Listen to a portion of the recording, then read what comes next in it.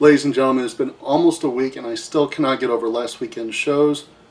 Champions, you are watching Too Late to Sleep on Trampionship Wrestling.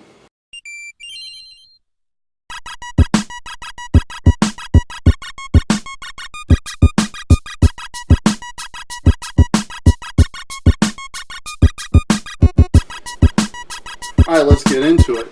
If you were going to ask me what the biggest takeaways from this past weekend for me are, first off, Friday, the following Friday is too late to do any kind of reaction shows. So when we have big things happening like, oh my god, that main event of Survivor Series, I'm going to try and get a reaction up right away. Now it's going to be different than my live reactions. Those, I don't know when I'm going to be doing them. I'll be taping one for total nonstop deletion because those have worked real well. But I don't know when I'm going to do the other live reactions, but I will get immediate reactions up for major events because this is not working, this Friday reaction. But the shows were amazing. The other big takeaway I got is those WWE 2K17 simulations, which some of you are watching. Some of the matches, some of you are watching a lot. I don't get it. I'm going to keep making them because you like them. So they're going to be there, but if you look at the video I put up, I'm going to try and toss up a card somewhere in here. Maybe on the other side. I'm not sure how this is going to work. But there'll be a card linking you to it. I put up a video showing just how wrong every single simulation I made for Survivor Series and the main event of NXT TakeOver ended up being. My personal predictions ended up being a lot better. I thought Smackdown was going to take 2 out of the 3 matches, which ended up being wrong. And I didn't think Goldberg was going to win, but then again, I couched that on not thinking that he was coming back. So if you go back and watch, there was a little bit of, well, they wouldn't bring him in just for one show to win. Well, they didn't bring him in just for one show. So, quicker reactions. More WWE 2K17 simulations, but do not count on them to be accurate. And Goldberg is sticking around for a little bit. I mean, I don't think we're going to see him week to week, but he's coming back for the Rumble, so he'll probably be on TV for a couple weeks before that. Got a little bit before that actually comes into place. Other big thing this weekend, I mean, the 5-on-5 men's match at Survivor Series was amazing, fantastic, but that 2 out of 3 falls match at TakeOver for the Tag Team Championship, holy crap, one of the best tag team matches ever. The one that I saw those two teams do live is going to have a better place in my heart just because I saw it live. That always cranks up your affection for a match more, being there, witnessing it. I was 5 rows from the ring. You can't beat that. But oh my God, did that 2 out of 3 falls match come so close to beating it? It's the best televised match I've seen this year. If you haven't watched it, I don't know why you haven't watched it. I don't know why you would be watching me if you're not also the kind of guy who would have watched it. But if you fall into that, go back and watch it now. On Raw, like I said, we heard that Goldberg is going to be at the Royal Rumble. But because Goldberg was there, we did not have Brock Lesnar or Paul Heyman there because they're trying to keep them separate. So we don't know where the story is going with Lesnar yet.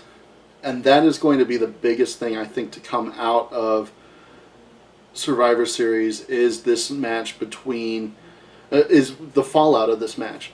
Where does Lesnar go from here after being absolutely humbled in less than 2 minutes? How does Heyman respond? Heyman gets his power from cockiness. What happens now?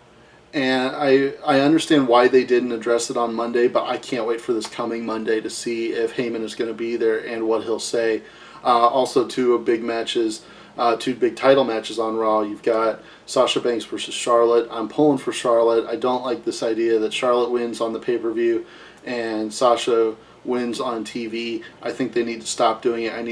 I think they need to start peeling Charlotte off onto somebody else and Sasha onto somebody else. I'd love to see Sasha Nia and Charlotte, Bayley, and then start working Alicia Fox to where she can be taken more credibly. Start prepping Summer Rae for her return. She's probably a couple months off, but I think once she comes back, she'd do well on Raw, especially with her history with the BFFs. Emelina is going to debut soon. We need to start seeing these other women getting the spotlight that so far has been just on Charlotte and Sasha, and to a lesser extent Bayley. And I think that they need to start working on that soon. The other big title match we're going to see on Raw is the New Day versus Gallows and Anderson. It really looks like they're going to try and push New Day to beat the streak of Demolition. I'm hoping they don't. I'm hoping Gallows and Anderson beat them because it would mean so much now that they've said that's what they're going for. That's actually the stated goal of the New Day is now to beat that record. I don't think they need to. They've cemented themselves as the team of this generation, and I think that you get so much more heat on Gallows and Anderson if they steal that record from them. I don't think that's the way it's going to be. I think New Day's going to win, but I'm hoping that I'm wrong on that. On SmackDown, we got almost the entire TLC card. I wouldn't be surprised to see another match added. We got the TLC match is going to be the title match, and we have the ladder match is going to be Miz versus Dolph Ziggler. It's supposed to be their last match together before they go their separate ways. No matter who wins, if Miz loses, he doesn't get the rematch. That's going to be an interesting one. They didn't give us the tables match, but Kalisto, when he ran out on SmackDown to attack Baron Corbin, he touched a chair. So that's going to be a chairs match. That's my big problem with TLC is they always have to have not just the TLC match, which really makes no sense when they do it with a match that's not a title match. That's not the case this year. I'm getting aside from the point. But they also have to have a tables match, a ladder match, which is no different than a TLC match, except they don't provide the other weapons. But they're still legal. You can still use a table and a chair in a ladder match. They're not outlawed. But you always have a table match, a ladder match, and a chairs match. And you never have a chair match outside of TLC because a chairs match is stupid. It's just a no-holds-barred match. It's not like if I pick up a kendo stick in a chairs match, I'm going to get disqualified. It just means I'm encouraged to use... Are you going to disqualify me for using a kendo stick in a chairs match? It's stupid. But I guess it would be more stupid to use a kendo stick when you're specifically encouraged to use a chair. But why are we even having chairs matches when, rightfully so, they're not allowed to do a chair shot to the head? You can only do chair shots to the gut, to the back, to the legs, but you can't do it to the head, which is the best place to hit somebody with a chair. I don't get it. I don't know why we're still using chairs with the ban on headshots. I agree with the ban on headshots, but I think with it, get rid of the chairs. We're still paying tribute to a segment from, 2006 or so? Maybe even earlier, 2005, 2004, where Mick Foley came out and did the tables and ladders and chairs. Oh my! Tables and ladders and chairs. Oh my! To try and stir up excitement for a ladder match that was going to be exciting as a normal ladder match. Didn't have to be called a TLC match, but they called it one. Okay. But we're building an entire pay-per-view around it, and now we have to have chairs matches. Long rant. Probably stopped caring a while ago, but there, that's all right.